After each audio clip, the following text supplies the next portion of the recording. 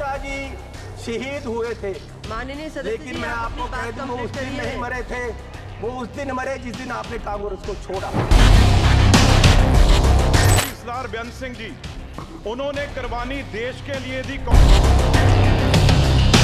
जी मेरे लड़के की शादी ये अपनी जायदाद पूछे इनको, ये आप गरीबी की बात कर रहे हैं? अगर सारे पंजाब से सबसे अमीर आदमी ये ना हो और सबसे करप्ट ना हो, मैं अपना नाम बदल दूंगा। हजारों करोड़ का मालिक ये चरणजीत चन्नी है।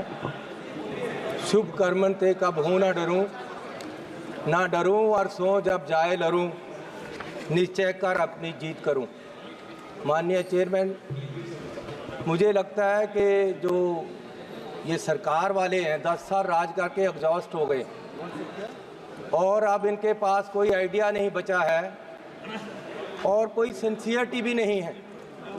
कितनी महत्वपूर्ण चर्चा देश के बजट पे हो रही है और जब से चर्चा शुरू हुई है मैं देख रहा हूं ना प्रधानमंत्री जी, ना होम मिनिस्टर, ना फाइनेंस मिनिस्टर। आप उस तरफ देखो, वो खाली कुर्सियों को देखो, ये खाली कुर्सियों को देखो। मंत्री जी बैठे हुए हैं आसपास में, ये खाली कुर्सियों को देखो, मंत्री बैठे हुए हैं, ये उनका इंतजार कर रही है कि कहाँ है हमारा फाइनेंस मिनिस्टर। ये सिंसियरिटी है इनकी मैडम। माननीय मंत्री जी बैठे हुए हैं, आप लोग थोड़ा सा शांति बना के रखिए। माननीय सदस्य बोल रहे हैं। 10% आदमी नहीं है वहाँ में। कहाँ है इनके मेंबर, कहाँ है प्राइम मिनिस्टर, कहाँ है होम मिनिस्टर, माननीय कहाँ है बजट पर हमारे चर्चा करिए। वित्त मंत्री जिन्होंने बजट पेश किया और उनको हमने बताना है कि बजट में क्या नहीं दिया आपने और क्या दिया। ये सिंसियरिटी है। देश पूछ रहा है, हमारे सब लोग पूछ रहे हैं कि आपकी सरकार की सिंसियरिटी क्या है। स्पीकर साहब, माननीय चेयरमैन जी, मैं जब जीत कर आया सबसे पहले मैंने माननीय श्री अंबेडकर साहब की मूर्ति पे नमन करना चाहा। मैं वहां गया तो वहां मूर्ति नहीं है, वहां से उठाकर पीछे कर दी गई कहीं। लेकिन ये लोग समझ लें कि ये मूर्ति पीछे कर सकते हैं अंबेडकर साहब की, उनकी सोच पीछे नहीं कर सकते, ये उनकी सोच को मार नहीं सकते और उनको इस संविधान जो उन्होंने दिया है उसको बदल नहीं सकते। लोगों ने बता दिया इनको कि आप संविधान नहीं बदल सकते, पूरी मेजॉरिटी नहीं दी इसीलिए इनको। और इसलिए मैं ऐसा चाहूं राज में जहां मिले सभी को अन्न, छोट बड़ो सब सम बसे, रविदास रहे प्रसन्न। माननीय चेयरमैन जी, 22 तारीख को बजट पेश हुआ। मुझे बड़ी खुशी थी कि बजट में जा रहे हैं, पहली बार आया हूं सदन में। जलंधर के लोगों का धन्यवाद है जिन्होंने मुझे यहां खड़ा किया ले आकर, उन वोटरों का धन्यवाद है।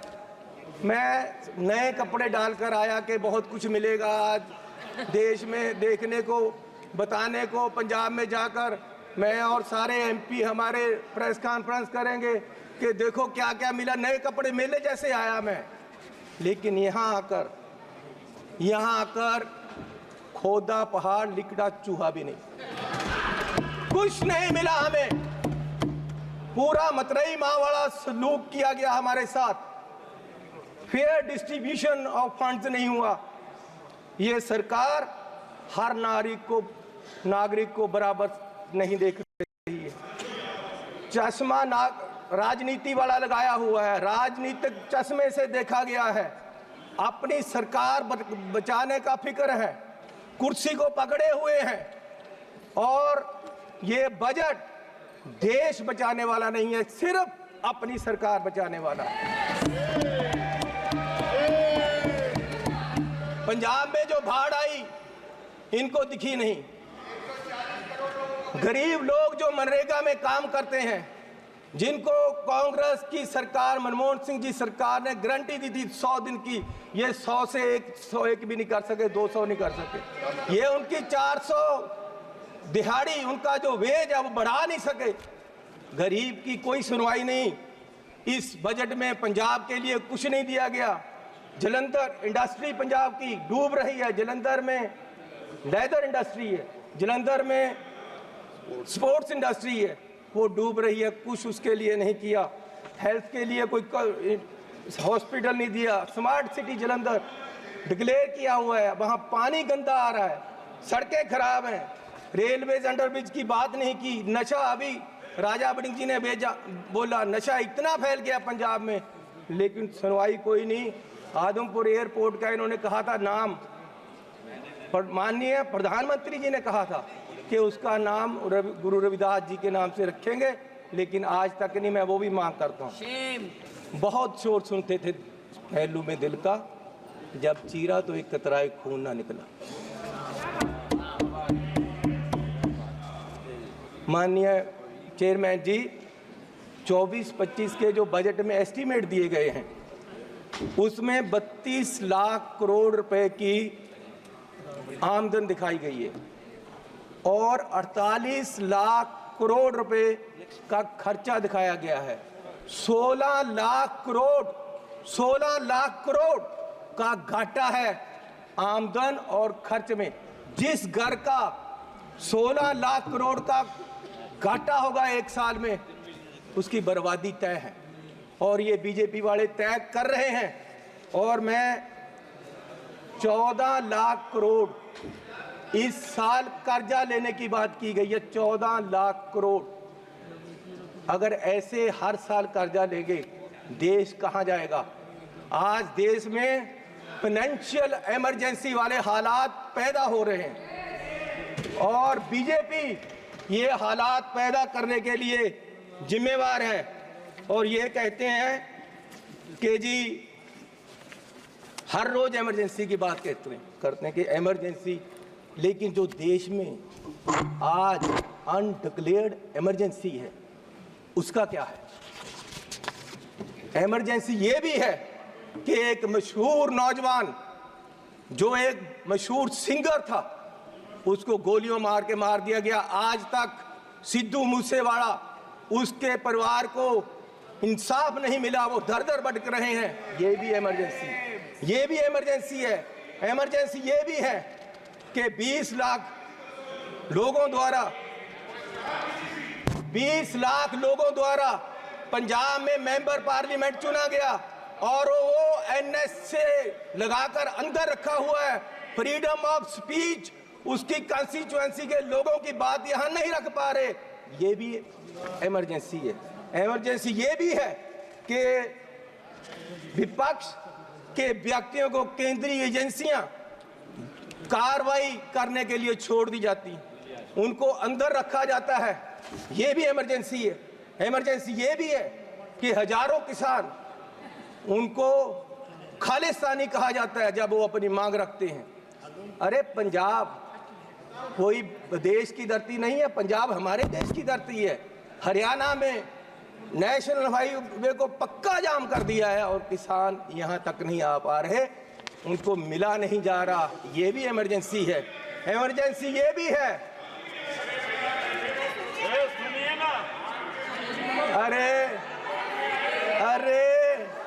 अरे फीलिंग ले लो, फीलिंग ले लो। गद्दारी का मूल्य मिला है आपको, इसकी फीलिंग ले लो, अच्छा लग रहा है। इमरजेंसी ये भी है कि देश का एक राज्य मणिपुर पिछले 1.5 साल से जल रहा है और उसको अपने हाल पे छोड़ दिया गया है। इमरजेंसी ये भी है। इमरजेंसी ये भी है कि हाथरस यूपी में एक दलित लड़की को आधी रात में जबरन अंतिम संस्कार किया गया। इमरजेंसी ये भी है कि मध्य प्रदेश में दलित व्यक्ति को के सिर पर मुंह पर पेशाब कर दिया गया। इमरजेंसी ये भी है, इमरजेंसी ये भी है कि अपनी इज्जत के लिए धरना दे रही महिलाओं पहलवानों को प्रदर्शन में प्रोपोगंडा बताया गया। इमरजेंसी ये भी है, इमरजेंसी ये भी है कि कोई पत्रकार सवाल करे तो उसको जेल में डाल दिया जाता है। इमरजेंसी ये भी है, इमरजेंसी ये भी है कि अपनी शिक्षा के लिए उतरे छात्रों को देशद्रोही बताया गया। इमरजेंसी ये भी है। किस इमरजेंसी की बात कर रहे हैं? सुन लो भैया, सुन लो, सुन लो। माननीय चेयरमैन जी, मैं पंजाब के एक गरीब परिवार से आता हूँ। मैं जब पैदा हुआ तो मेरी पढ़ाई सारी सरकार ने की। आज तक मैं यहाँ खड़ा हूँ तो ये कांग्रेस सरकार की रिजर्वेशन पॉलिसी और अंबेडकर साहब का दिया हुआ संविधान और जो हमें स्कॉलरशिप मिलता रहा, कांग्रेस पार्टी ने गरीबों को, बच्चों को जो स्कॉलरशिप दिया, उससे पढ़कर मैंने पीएचडी तक की पढ़ाई की है और ये देन कांग्रेस पार्टी की है। और जब बीजेपी सरकार 2014 में आई, सबसे पहले इन्होंने जो सबसे बुरा काम किया वो किया, स्कॉलरशिप में जो केंद्र का 90% हिस्सा था उसको 60-40 की रेशो पे ले आए और दलितों के पेट पे लात मारी सरकार ने। और आज भी फर्स्ट क्लास से लेकर 8th क्लास तक के स्कॉलरशिप जो गरीब लोगों के बच्चों को मिलते थे वो बंद कर दिए गए हैं इस सरकार द्वारा। ये भी इमरजेंसी, ये दलितों के पेट पर लात मार रहे हैं। और मिनॉरिटी के भी फर्स्ट क्लास से 8th क्लास तक के स्कॉलरशिप इस सरकार के द्वारा बंद कर दिए गए। जब ये सरकार बनी 2014 में तो प्रधानमंत्री जी ने 2 मापदंड देश के सामने देश की इकोनॉमी को देखने के लिए रखे। एक रखा डॉलर की कीमत, दूसरा रखा पेट्रोल और डीजल की कीमत। और मैं आपको माननीय चेयरमैन जी ये बताना चाहता हूं कि पिछले 10 साल में डॉलर की कीमत 25 रुपये बढ़ गई है 10 साल में। और हमारे माननीय प्रधानमंत्री मनमोहन सिंह जी और कांग्रेस की सरकार में ये सिर्फ 13 रुपये बढ़ी थी, डबल बढ़ी है इस सरकार में। और मोदी जी उस समय बोले थे 14 में जब सरकार बनी नहीं थी, डॉलर की कीमत ज़्यादा होने से जो रुपया गिरा उसके बारे में मोदी जी ने उस समय बोला था क्या कारण है कि देश का रुपया पतला होता जा रहा है, ये जवाब देना होगा आपको। देश जवाब मांग रहा है, समझ नहीं आ रहा प्रधानमंत्री जी गिर रहे हैं या रुपया गिर रहा है। कभी कभी तो लगता है कि रुपए की और सरकार के बीच कंपटीशन चल रहा है कि सरकार ज्यादा गिर रही है या रुपया ज्यादा गिर रहा है। और मोदी जी ने कहा था जिस देश का रुपया कमजोर होता है उस देश की सरकार कमजोर होती है, उस देश का प्रधानमंत्री कमजोर होता है। मैं आज कहता हूं कि आज देश का रुपया कमजोर हो रहा है, आज देश की इकोनॉमी डूब रही है। क्या देश का रुपया कमजोर हो रहा है या प्रधानमंत्री जी कमजोर हो गए हैं या देश की सरकार कमजोर हो रही है? दूसरा, पेट्रोल की कीमतें इन्होंने कहा, प्रधानमंत्री जी ने 2014 में कि पेट्रोल की कीमतें बढ़ रही हैं और मनमोहन सिंह जी को कोई फर्क नहीं पड़ रहा, देश डूब रहा है। तो पिछले 10 सालों में पेट्रोल की कीमतें 23 रुपये बढ़ गई हैं। पिछले 10 सालों में पेट्रोल की कीमत, डीजल की कीमतें 35 रुपये बढ़ गई हैं, जबकि पिछले जो मनमोहन सिंह का समय था उससे क्रूड ऑयल की कीमत $20 प्रति बैरल कम हो गई है। तो मैं पूछना चाहता हूं कि ये पेट्रोल बढ़ रहा है या आपकी कंपनियों की, आपके आमदनियों की आमदन बढ़ रही है? क्या बढ़ा रहे हो? किसको दे रहे हो देश का पैसा? कहां जा रहा है पैसा? गरीब लूटा जा रहा है। माननीय चेयरमैन जी, आप गाड़ी फुल करवाने जाओ, 50 लीटर तेल डलवाओ, 2000 रुपया सरकार को चला जाता है। 4 रुपये प्रति किलोमीटर हर व्यक्ति देश का गरीब सरकार को देता है चलने का। 1 किलोमीटर चलो 4 रुपये सरकार को गए, और सरकार 14 लाख करोड़ के घाटे में बैठी है। और फिर ये कहते हैं जी बजट में बहुत कुछ मिला। मैं एक एयरपोर्ट पे गया माननीय चेयरमैन जी, तो मुझे एक आदमी आया, उसने गुलदस्ता दिया, मेरा स्वागत किया, अभिनंदन है आपका। मैंने कहा भैया आप कौन हो, मेरा अभिनंदन क्यों कर रहे? बोले जी हम अडानी जी की तरफ से आपका स्वागत कर रहे। मैंने कहा भैया आप मेरा स्वागत क्यों कर रहे हो?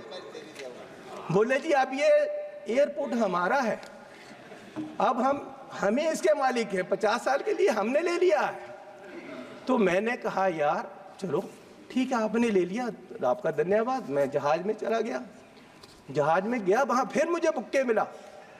वो कहते हैं जी आपका स्वागत है, हम कंपनी की तरफ से कर रहे। मैंने कहा यार इंडियन एयरलाइन का जहाज है, आप क्या कर रहे हो, आप कौन हो? बोले जी ये जहाज अब हमारी कंपनी का है, ये मोदी जी ने हमें बेच दिया है। तो मैं पूछना चाहता हूं कि क्या क्या बेचोगे, कितना बेचोगे देश को? मैं 7 एयरपोर्ट पे गया, जिनमें लखनऊ, अहमदाबाद, मैंगलोर, जयपुर, गुवाहाटी, त्रिवेंद्रम, मुंबई, ये 7 के 7 एयरपोर्ट अडानी जी की है। 50 साल के लिए उनको दे दिए गए हैं। उनका जो पुत्र है उसकी शादी में गिफ्ट कर दिए गए हैं, और हजारों करोड़ रुपए शादी पे लगा। मेरे लड़के की शादी गुरुद्वारा में हुई। सुनो सुनो सुनो माननीय चेयरमैन जी, मेरे लड़के की शादी गुरुद्वारे में हुई। आज तक पुलिस पूछ रही है कि लंगर में क्या क्या पका था, दाल कितनी लगी थी, और जो लंगर बनाने वाला उसको कितने पैसे दिए गए।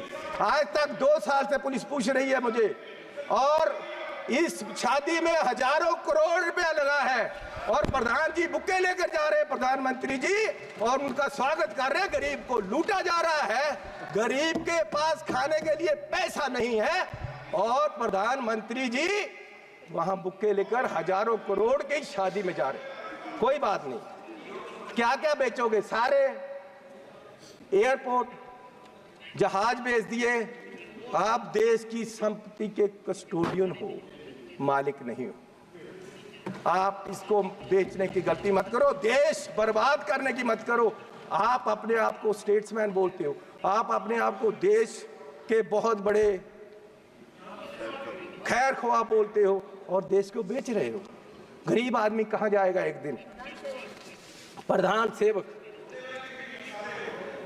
जो हार समझकर पहना था, गला अपना सजाने को, वो नाग बनकर बैठे हैं गला काट खाने को। माननीय चेयरमैन जी, ईस्ट इंडिया कंपनी आई, उन्होंने पहले व्यापार पे कब्जा किया, ईस्ट इंडिया कंपनी ने, और व्यापार के माध्यम से देश की सतह पे कब्जा कर लिया। इनमें और अंग्रेजों में कोई फर्क नहीं, सिर्फ कलर का फर्क है। ये भी पहले सतह पे काबज हुए, और फिर सतह के माध्यम से आज ये देश की राजनीति के माध्यम से पूरे देश के व्यापार पे अपने आदमियों का कब्जा करा रहे हैं। और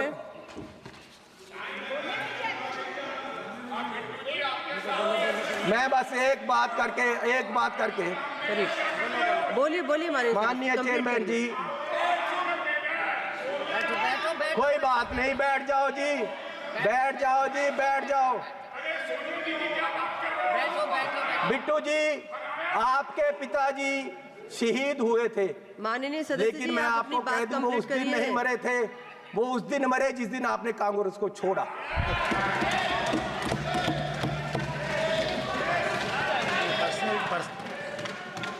आज देश माननीय सदस्य- राहुल गांधी जी की माननीय तरफ देख सदस्य रहा से है। मैं आग्रह कर रही हूँ, माननीय पर्सनल चेयरमैन टिप्पणी जी, न करें। आप वो मुझे तंग कर रहे हैं जी, उनको बोलो बैठे।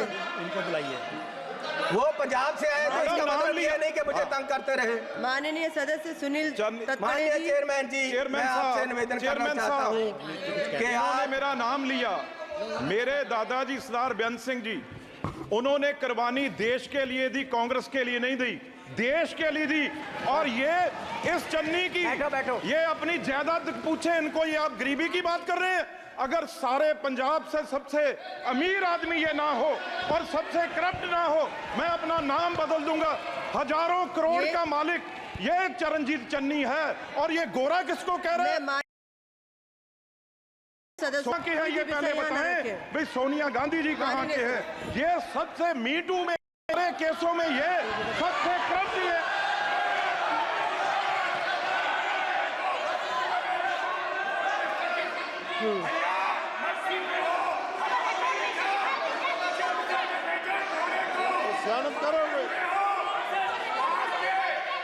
माननीय सदस्य अपनी बात कंप्लीट करें।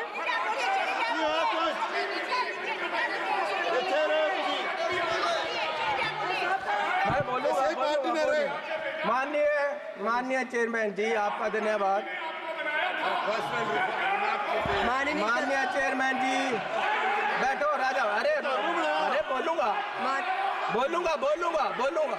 उसको बिठाओ, अपने आदमी बिठाओ।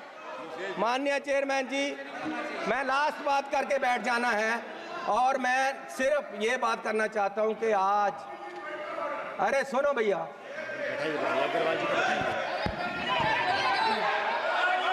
बैठ जाओ सर, बैठ जाओ। माननीय सदस्य से आग्रह कर रही हूँ। बोलूंगा। माननीय चेयरमैन जी,